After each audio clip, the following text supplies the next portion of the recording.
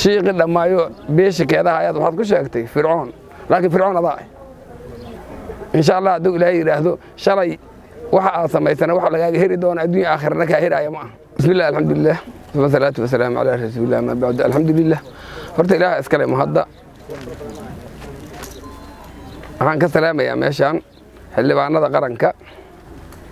senatarada ciidamada macawislayda iyo kuwa qaranka iyo odayaasha dhaqanka dhalinyarada haweenka madax saxaafadda salaanta islaamka salaamu calaykum waraxmatullaahi tacaala wabarakaatuh salaam bacdigeed horta alxamdulilah ilaah baa mahad iskale maanta waxaan taaganahay huur weyne meeshii shalay qawaariijtu soo weerartay ay dhibaatada ugu geysatay dadka birmageydada oo waayeelka odayaale 100 jira 90 jir sariirahooda jiifay inta yimideen iyagoon diinta meel ay uga sareysan tahay jirin ay ku baabi'iyeen haddana idaacadaha ka sheegteen marka waxaan leeyahay horta mid waxaan u farayaa fariina ninka la yiraahdo yuusuf kabagu tukaday waxaan leeyahay kabagu tukadow horta inaad filin dhamaaday tikid u goosato sharaftaada ma ahayn dadkaadana markii la baabiinaayo amba dhaqaalaha laga qaadanayo inta lagu ceeriyaa buu laga dhigay maanta markii dadkaada baabi'i lagu yirina waxa lagu yiri booskaada ku noqo adiga baabi'inta dadkaada leedahay dhaqaalaha dadkaadana on kaalaha lagu yiri asaad qaadatay marka intaas u maleeyay horta inaad karoontaan u maleeynaayay sababtoo ay dad sharafi kara maraho aqli had ka soo jeedaa laakiin adigu waxa taaba ma sheegi karo marka midaan ku leeyahay kaba gudkado dhagaadana fur horta شيء قد ما يو بيش كذا هاي هذا كل شيء فرعون لكن فرعون ضاع إن شاء الله دو إلهي يرهدو شري وحا سميتنا وحا لقى هيري دون الدنيا آخر لك هيري يا معه وأنا أركض دون تاجه ده مردو إن هذا يقول لك بأكسده كون يقول لك بأكسده هنا ده بكل جيران هذا ضغط إليه مارك الجيران إن شاء الله اللي قاعده أيات كسوق قاعد يساري ما سلا سميته قبل كده باقي سام دريا باقي لنا محن دريا ضدك deegaanka le aan badiriska oo la degay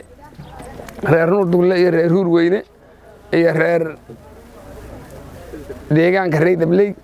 intaas dadka la degay iyo cali salaad ceelkaba inta diriska waxaan leeyahay wariya qorihiina qaada gumaad iyo dhibaato iyo diintu waxay qabin iyo islaantaada keen wax laga dhinto waaye waad aragteen shabaab tabartiisa waad aragteen ilma dhadhanoo macawisle iyagoo 300 meydadkooda ee baktigooda iyagoo la duwan kuwa meelaha jidka waagaya yaal ayaa baabi'iyay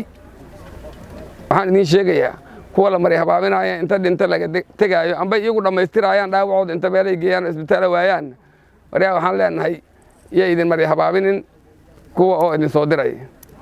marka waxaan ugu baaqayaa mar labaad iyo mar saddexaad dadka diriska oo ehelkanaha amba qaraabada